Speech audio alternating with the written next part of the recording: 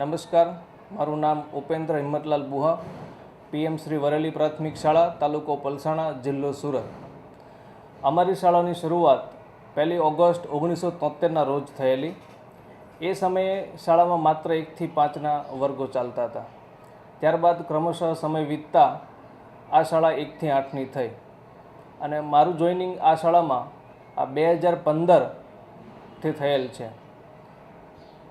ત્યારે શાળામાં જોવા જઈએ તો મોટાભાગની ભૌતિક સુવિધાઓ ગ્રામ પંચાયતના સહકારથી અને રાજ્ય સરકારના સહયોગથી ઊભી થયેલ હતી. શાળામાં વાત કરીએ તો હાલમાં બાલવાટિકાથી ધોરણ 8 સુધીના વર્ગો ચાલે છે, જેમાં 300 જેટલા વિદ્યાર્થીઓ અભ્યાસ કરે છે. ઉપરાંત 2017થી આપણી શાળામાં હિન્દી માધ્યમ પણ ચાલુ કરેલ છે, જેમાં અંદાજે 700 જેટલા વિદ્યાર્થીઓ અભ્યાસ કરે છે. શાળાની ભૌતિક સુવિધાની વાત કરીએ તો તમામ પ્રકારની ભૌતિક સુવિધાઓ જેવી કે પીવાના પાણીની સગવડતા, જેમાં આરઓ મિનરલ વોટર છે અને ચિલર સાથેની વ્યવસ્થા છે. ત્યારબાદ કુમાર અને કન્યા માટે અલગ અલગ ટોયલેટ બ્લોકની સુવિધા છે. બાળકોને રમવા માટે પૂરતા પ્રમાણમાં મેદાનની વ્યવસ્થા છે. દરેક ક્લાસમાં સ્માર્ટ બોર્ડ લાગેલ છે, જેનાથી શિક્ષણ કાર્ય ખૂબ જ રસપ્રદ બને છે અને બાળકોને ભણવામાં ખૂબ મજા આવે છે. ત્યારબાદ શાળાના ફરતે કમ્પાઉન્ડ હોલ પણ છે. ત્યારબાદ શૈક્ષણિક સ્ટાફની વાત કરીએ તો પૂરતા પ્રમાણમાં અને વેલ ક્વોલિફાઈડ સારો સ્ટાફ પણ છે, જેના કારણે બાળકોના અભ્યાસમાં વર્ષે ને વર્ષે ઉત્તરોત્તર પ્રગતિ જોવા મળી રહી છે. અમારી શાળામાંથી દર વર્ષે બાહ્ય પરીક્ષામાં કોઈક ને કોઈક વિદ્યાર્થીઓ સારું પરફોર્મન્સ કરતા આવ્યા છે. આપણી શાળા પીએમસીમાં પસંદ થયેલ છે, તો આ પીએમશ્રી સ્કૂલ્સ માટે વિવિધ જે સુવિધાઓ હોય છે, જેમાં વાત કરીએ તો શાળાના બાળકોને ફિલ્ડ વિઝિટ અને એક્સપોઝર વિઝિટ માટે લઈ જવાના હોય છે. તે બંને મળીને 1000 રૂપિયાની ગ્રાન્ટ સરકારશ્રી તરફથી ફાળવવામાં આવે છે.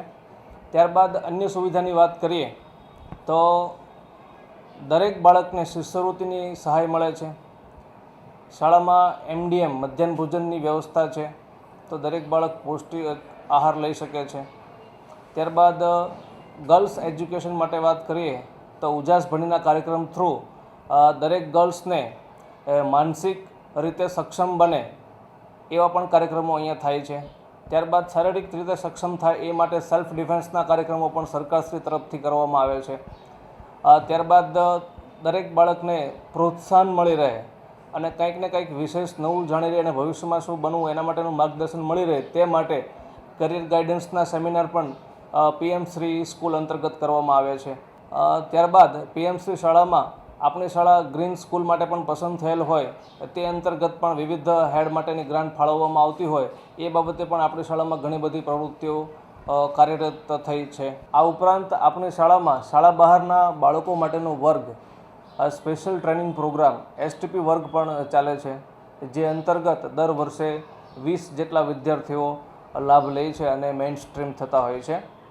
આ ઉપરાંત આપણી શાળામાં પ્લાસ્ટિક મુક્ત શાળા એવા બેનર નીચે કામ કરી રહ્યા છે, જેમાં બાળક કોઈપણ પ્રકારનું પ્લાસ્ટિક લાવતું નથી અને જો કોઈ લાવતા હોય તેને સમજાવટથી એ ન કરવા માટેના પ્રયત્નો કરતા રહીએ છીએ અને ઘણી એમાં સફળતા પણ મળેલ છે.